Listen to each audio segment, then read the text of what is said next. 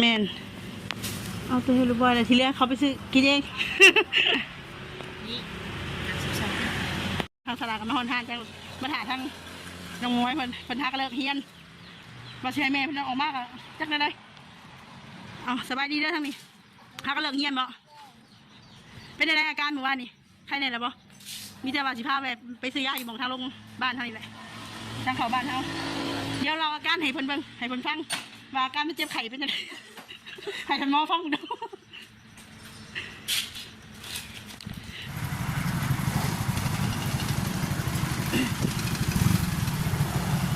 ลองอีกมีการน้ำมันยังอยู่บ่เดี๋ยวไปใส่น้ำมันทางลองอยู่ค่ะทำเสียลองนี่สไตล์มันยากต้องใช้เวลาแล้ว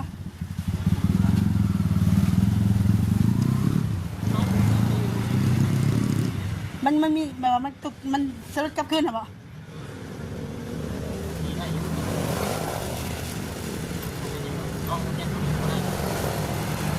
เราไปทำนี่ไปทำน้ำมันบ่ลงบ่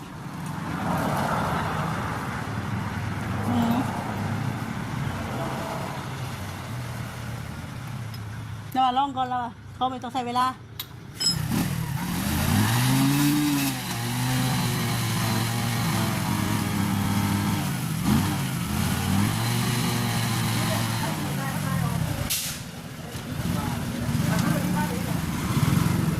เราคุณลองใกล้ๆนี่ป่ะนี่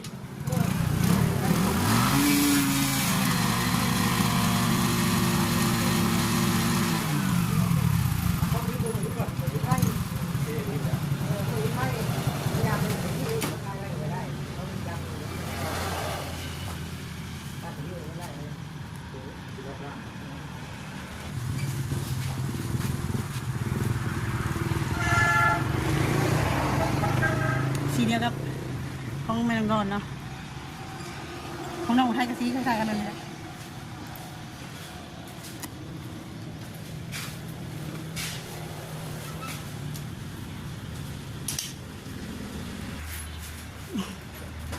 คนนี้ยังจ่อยเนี่ยกินข้าวเป็นเวลาเลยจะไปกระเพาะ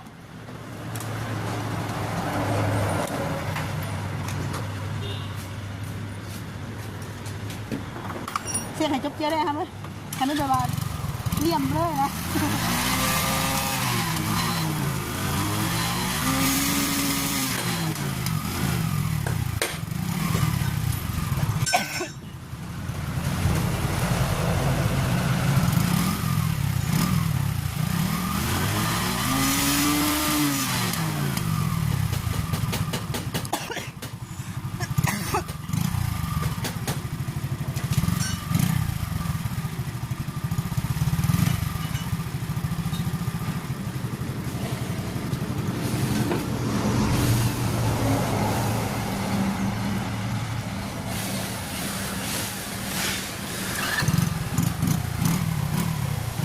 ลองกินเลย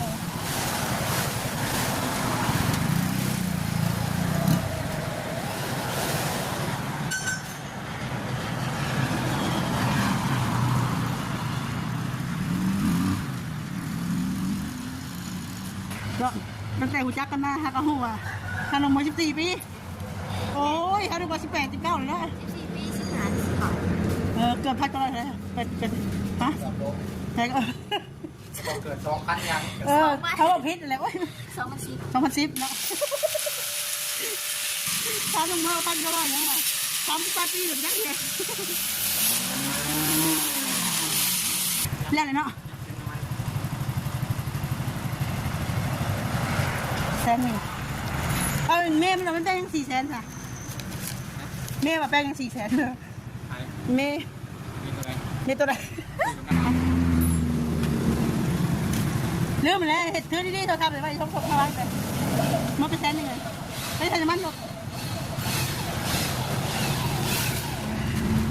ไม่ใช่น้ำมันหลดเต็มถังเด้อแล้วก็ไปให้เขาขี่เพื่อบ้านเด้อเอาใส่น้ำมันเต็มถัง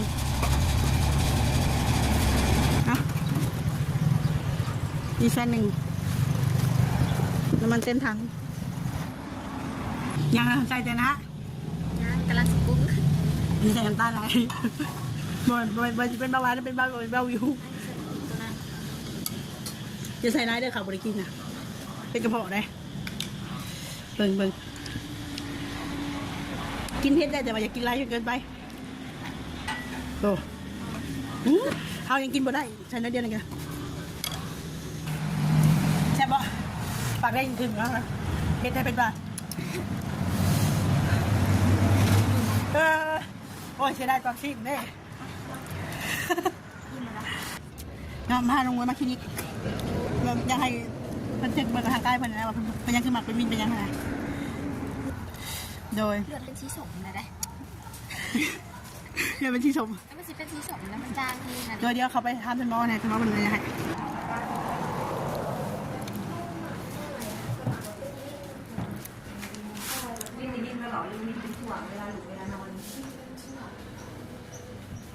มาลงญาติ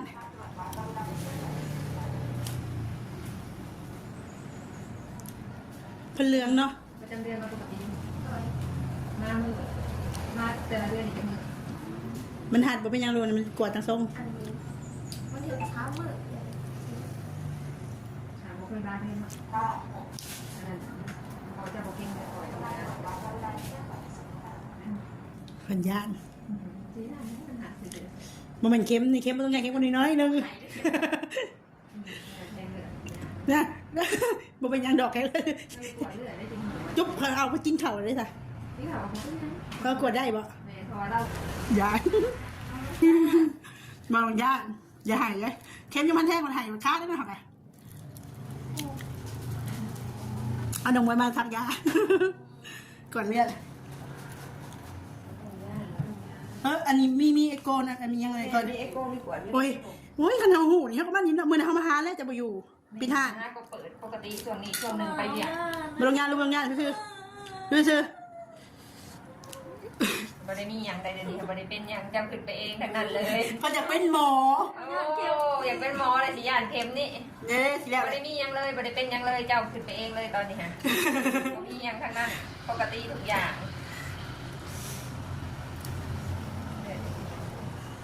เลือดอย่างเดียวบ่แม่เราเลือดเรามันอย่างไรฮะกดด้นบ่ บอกพอคอยบริกรขมแล้วประมาณ9 นาทีในต่างหาก โดยไป พัน เอ้า ของกองจอเลยสมองครึ่งอ้าวครับ โอ้ยนี่มีเอโกมีเรียบร้อยมันเนาะนี่เด้อนอนก่อนเขาหากระแทงเลือด เลือดสะโพกทิ้ง เลือดเหนียวไม่ย่างเข็ม 200,000 กดเลย200,000เนาะถ้ากดครบวงจรนี่ใช่ไหม กดของกองจอนี่เพิ่มมันโตดีรังรับเขาอีหา10,000เป็น200,000 อันมีกดในมะเร็งปากมดลูกยังมีครบมันบ่เนี่ย กด2 ข้อต่างหากไป บอกเท่าไหรค่ะราคา อันตัวกดมันเร่งนี่มันต้องได้เอาไปนะแต่มันใส่เวลาเกือบ3-4 กับตัวนี้อยากแพงตัวนี้3,000-4,000ตาย หน้าตายแต่ว่าอาการที่ว่าที่เขาเลือดออกลายมือนี่มันเป็นปัสสาวะริมโบเอื้อนบ่เพิ่น เป็นน้ำฮอร์โมน อ๋อเป็นน้ำฮอร์โมน เจอแต่ปีแล้ว 37 36 กันทุกคนอาจจะผ่านประจำเดือนแต่บาง บ่ได้เดือนที่แล้วเป็น10กว่ามื้อบัดแล้วก็มาอีก 2-3 มื้อกับเป็นอีก3 มื้อแล้วก็หยุดแล้วก็มาเป็นอีกแบบนี้ค่ะ เป็นน้ำมันนะเป็นน้ำมันฮอร์โมนเจ้า แม่นเฮาเฮ็ดเวียกนัก จะนอนบ่พอ โดยเขาเฮ็ดเวียกนักเขามันเกินทางไปเขาหับได้อะนะเป็นอะไรมวยเป็นบินบ่กดเลือด200,000ได้ให้เป็นจัดยาวิตามินยังไงเนาะเมื่อละกินเด้อทำบำรุงร่างกายตัวเองเด้อตัวเองต้องพึ่งตัวเองเพราะเจ้าขนาดสิหูเจ้าดีเนาะต้องพึ่งพาตัวเองบ่ต้องกินอย่างไรที่ให้นึกถึงเราประตูเพิ่นหักแพงเพิ่นแบบว่าเบิ่งแย่งแบบว่าบ่เคยรู้จักเพิ่นยังหักแพงเบิ่งแย่งหั่นนะมีอยากกินยังให้ซื้อกินรถเป็นว่าแนวแซ่บๆใส่ตัวเองค่ะบ่ต้องคิดอย่างไรมีแต่ว่าเฮาถือว่าเฮาเฮ็ดดีทำดีก็บ่ต้องไปคิดเรื่องพยาบาลจะแซ่บก็อย่าบ่ต้องไปสนใจคำว่าเขา เขาผลิต ยังมีแม่แล้วก็แม่ตู้ประตูอยู่พู้ที่ว่าเพิ่นหันเบิ่งเพิ่นติดตามเพิ่นเบิ่งอยู่เสมอใจอย่าไปท้ออย่าไปน้อยใจว่า ชีวิตเฮานี่บ่มีภัยให้คิดว่ายังมีคนที่ว่าเฮาบ่เคยรู้จักหน้าบ่รู้จักตาแต่เพิ่นก็ยังหักเฮาเพิ่นยังเฮ็ดให้เฮาได้ถึงขนาดนี้ก็ย่อมือขึ้นใส่หัวเลยเฮ็ดมีแต่ว่าตอบแทนเพิ่นด้วยความดีแล้วก็ตั้งใจทำใจเฮียนให้เป็นแบบเจ้าคนในคนแบบนี้ซะเพิ่นเห็นรอยยิ้มของเจ้าเพิ่นก็ดีใจเลยที่เพิ่นสอนมาถ้าว่ามื้อใดมื้อหนึงเจ้าปลุกใจเครียดบ่เหลือไผก็ให้นึกถึงแม่กับน้ำฝนไปลินกับน้ำฝนก็ได้น้ำฝนก็บ่มีหมู่อยู่ในเฮือนแล้วพอไปใช้ยากคนตุ้ยเนาะเฮ้ยไปอยู่หูเลยบ่เครียดบ่มันบ่ให้เครียดแน่นอนเลยนะในเงามันเฮ็ดให้หัวมันบ่ปลุกใจพร้อมถ้าว่ามื้อใดที่ว่าเจ้านี่ อ่ะ เป็นในเกาะไขมันในเลือดบ่ แม่ 250 ถามเบิ่งโตนี่อีก เพิ่นยังกวดเลือดอยู่พอพี่น้องกินขนมพร้อมนี่อะไรก็ 258จักหน่อย ย่าให้น้ำมออธิบายให้จังหน่อย80,000 ถ้าไอโก้ขององค์กรหรือแสนหนึ่ง ท่านครบวงจรละ100,000ท่าน เรียกว่าไอโก้ทั้งวันลูก โดย ตามปากกำลังกระป๋องเนี่ยนะเขาก็ เขาเจาะจงว่าเขาอยากไอโก้ใน2-3อย่าง โดย มันก็แล้วแต่คนใช้ยาก โดย ถ้าแบบปกติราคาปกติ นี่แหละราคาปกติอันคลินิกเปิดใหม่เนาะอยู่ทางโรงพยาบาลพี่น้องแบบมีครบวงจรแบบมีโกมีกวดเลือดครบวงจรอยู่ในโตเลยนี่ฮะตะกี้เห็นไปในเมืองลำพูนไปบ้านใกล้ๆเลยนี่ก็มาอยู่ใกล้แล้วพี่น้องแต่ว่าไพ่บอกสบายยังการอยากเอ็กโกภายในท้องใส่ตัวเองกับมาเอ็กโกได้เด้อเฮ้ยพี่น้องมีนงมวยมาคนแรกเลยนี่มาสิยากมากวดเลือดแม่เขามาห้ามมาทาดกับจะเห็นเลือดคลินิกอยู่ทางซ้ายมือต้องผ่านมาก่อนเลย มีใครนั่งค่าสมัคร แสดงว่าเป็นน้ำในมันเรื่องกินเฉพาะเรื่องกินบ่ค่อยมีนะเพราะว่าถ้าเฮาบ่ซื้อไปให้หรือว่าอันนี้ก็เพิ่นก็บ่ค่อยได้กินดอกเราสงสัยสิเป็นเรื่องอื่น มันจะเป็นแบบในหัวใจบางคนค่ะแต่มันจะเป็นโรคหัวใจ เขามาเจ็บได้บางเดือนนะเขาเจ็บ แต่มันจะมีความมีตัวกังวลหน่อยนึง แม่น แต่มันคล้ายๆว่าคนเป็นโรคหัวใจแต่มันเลยเห็นไปก่อเกิดมีใครมันในเลือดแน่ โดยเดี๋ยวทางในท่านหมอว่า FC เบิ่งเหมือนกัน มันเจ็บแบบมันเจ็บต้องให้ คือบางเราน่าว่าสิมีเรื่องเครียดแล้วอะไรเนี่ยอะไรกว่าเครียดตั้งแต่น้อยพุ่นแหละตั้งแต่พุ่นแหละมันสะสมมาแล้วก็เลยเฮ็ดให้เป็นแบบนี้ เรื่องเครียดที่บอกใครบ่ได้นะบ่แม่นเรื่องความหัก บ่ต้องเครียดเว้ยมีแต่ทำใจให้สบายให้คิดแบบพ่อกับแม่บุญเป็นกำลังใจให้เนี่ยก็มีแม่มีหยังก็ให้ปรึกษาโลดเพราะมันสิอันตรายต่อตัวเองพยายามให้ตัวเองนอนให้รับกินให้อิ่มนอนให้รับว่าซั่นซะ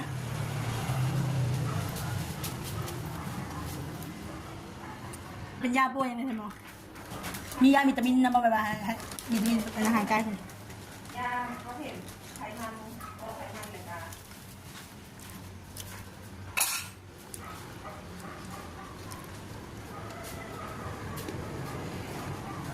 เพราะว่าบางช่วงเพิ่นสิเครียดหลายนะบางทีหน้าก็บ่ได้ไปหาเพิ่นเลยแบบมีความกังวลอุกใจแบบเครียด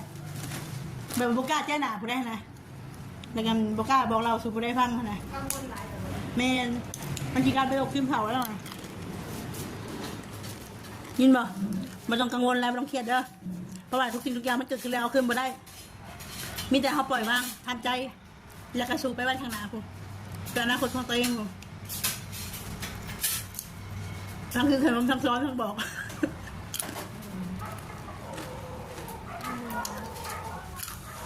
ยาละอย่าบอกว่าย่านยาเลยกินในมืออันตรายนะคะบอกกินค่ะไขมันในเส้นเลือด ให้มันได้เสร็จดี กินยาให้ครบตามที่มันบอกเด้อให้ครบ15 มื้อพร้อม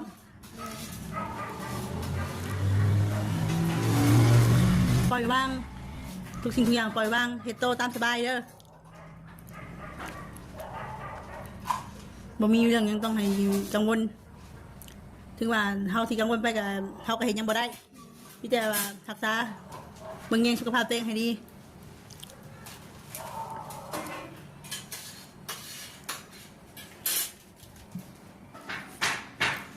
ยามียาอันนั้นพวกไขมันเนาะ มันแบบยาบำรุงเลือด โดย แต่อยากจ้าง เลือดจางว่ามันเกิดจากความเครียดร้ายแล้วไขมันก็เลยอันนี้ มันจะบอกยังไงมันก็บอกยังไงเป็นอาหารสมุนไพร แม่นเพราะว่าบ่คอยกินเพิ่นบ่คอยกินบ่อยากเอาข้าวนั้นมันแน่นมันจุกค่ะแต่มื้อนี้ก็คือสิไข้เนี่ยเลยไข้จุกเนี่ยเลยเพราะว่าให้เพิ่นระบายกับแม่เต็มที่เลย แม่ล่ะได้บ่แม่นแม่เพิ่นแท้ๆให้เพิ่นไอ้บอกเราแบบมีเรื่องเครียดอุกใจหยังก็ให้ ไม่ใช่ว่า ปรึกษา ช่วยเหลือเป็นว่า บ่คอยนี่แหละเพราะว่าให้มีหยังให้ปรึกษาให้แต่ว่ามันนั่นอันก็ให้เราให้แม่ฟังแต่ว่าน้องเฮาก็บ่ไปเล่าสิไปฟังหรอกเฮามีแต่ว่าอยากให้คำแนะนำอีหยังนั่นแหละบอกเตือนบอกสอนถ้าว่าจะมีได้เรื่องอะไรเครียดเจ้าบ่กล้าบอกให้ก็มาเราสู่แม่ฟังได้จะบ่อุกใจจะบ่สบายใจก็สามารถขอคำแนะนำอีหยังนี่แหละเจ้าอยากเก็บไว้ผู้เดียวนะจะสิพกระเบิดแตกตายเด้ความเครียดมันกดดันเลยเห็นไหม ไม่มีโรคที่ใหญ่มากเลยคนเขียนไม่ได้เป็นบอกหรือของขยะทั้งหมด แม่เข้าไปเราจะบอกวิธีกินยา อันที่เราจะกินยาเลยอ่านเบิ่งเด้อว่ากินอะไรแต่ละมื้อกินมื้อละเม็ดอันมื้อละเม็ดข้างละเม็ดมื้อละ2เทื่อคือตัวอย่างเนาะตัวนี้เลยให้อาหารเศร้าแรงนี่บอกติ๊กใจ กินเขาอะไรล่ะก็กิน ตัวนี้แนวละเม็ดมื้อละข้างตอนเช้าละตอนแรกล้างอาหารนี่เมื่อมื้อแรกเราจะกินอะไรจะกินตัวนี้กามื้อละข้างเหมือนกันตอนเช้าล้างอาหารอันนี้ก็มื้อละข้างมื้อละเม็ดตอนแรกล้างอาหารตัวนี้เช้าแรงล้างอาหาร นี่ถ้าว่าซองแล้วมันจะเขียนซองแบบนี้เลยอันนี้มาละครั้ง ให้เจ้าอ่านทุกครั้งเลยกินหอสิหามือให้เจ้ากลับมาม ากวดอีกทีนึง แล้วก็คือเป็นอาการไข้เกิดแรงถามมันยังบ่หักปกติกับเฮาหนักมากเพื่อวางยาให้ต่อเนาะแบบติดตามคนไข้ไปกินยาได้ต่อ แต่มันบอกถ้าเราพยายามอันนี้แล้วอันนี้ได้ฮะนะปล่อยว่างได้หันจะคือสิไข่ฮะแหละ คิดว่า เนี่ยเราคือลายลีกมีอย่างกับเจ้าถ้าว่ามองได้เจ้าสบายใจจะไปดินน้ำมูน้ำผูเจ้าเด้อแล้วก็โทรบอกแม่ว่าแม่หลังให้ทำไปอยู่เงินเด้อแต่มึงแม่ไม่เรียกแล้วไม่ติดตัวเอง อย่าอยู่คนเดียว อย่าอยู่คนเดียวได้ขาดท่านได้ท่านเนาะ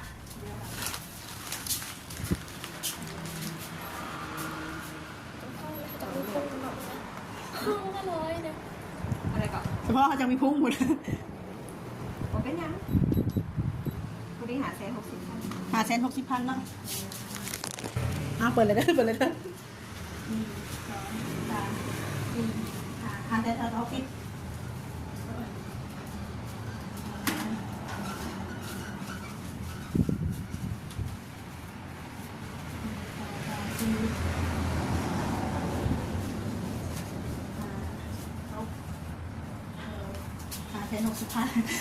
เล่นอะไรกันที่มึงเจ้าอะไร เอาติดตามไลน์บ่อยู่ต่อ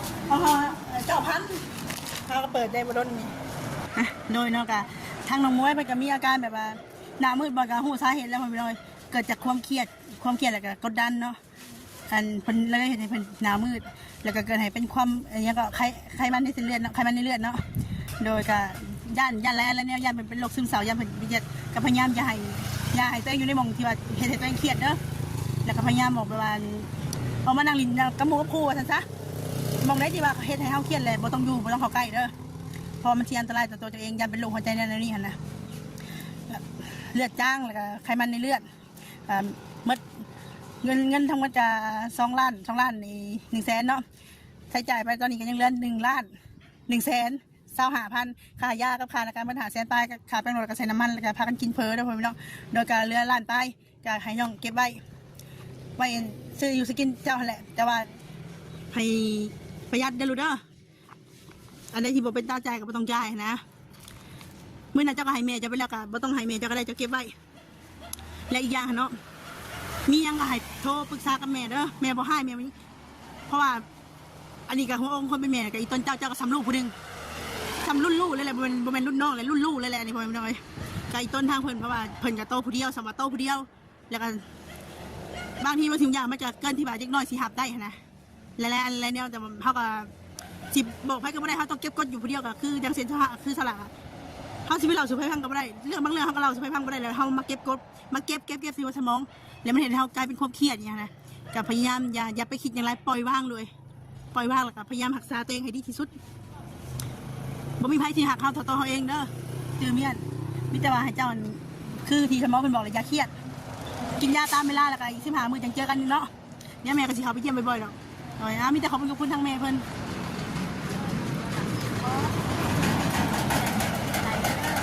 ขายสลามาเป็น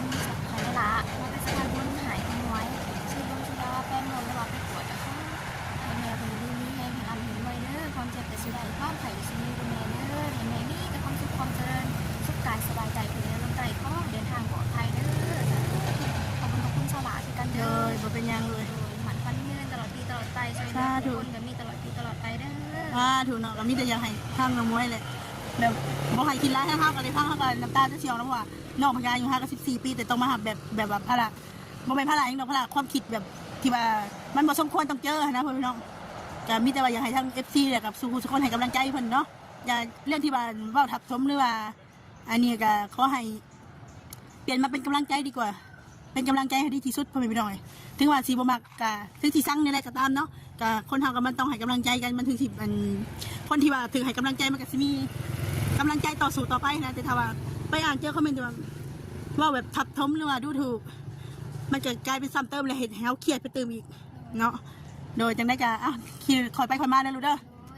โดยน้องพี่น้องทางสลากก็จะได้ขอจบคลิปโดยพี่น้องโดยก็จะได้เป็นกำลังใจทางน้องมวยพี่น้องก็คอยเพิ่นเศร้าโรคแบบจังหวะสิกลายเป็นโรคซึมเศร้านั่นนี่พี่น้องอันตรายเนาะโรคซึมเศร้านี่ก็พอเขาคิดร้ายเขาเครียดไม่เห็นเขาเครียดจัดแล้วก็กลายเป็นโรคซึมเศร้าเลยก็อาจจะทำลายตัวเองยังก็มีนะพี่น้องโดยจะสำหรับคลิปนี้ก็จะได้ขอจบคลิปนี้เท่านี้ไม่พอคลิปนะสำหรับคลิปนี้จะขอกล่าวคำว่าสบายดี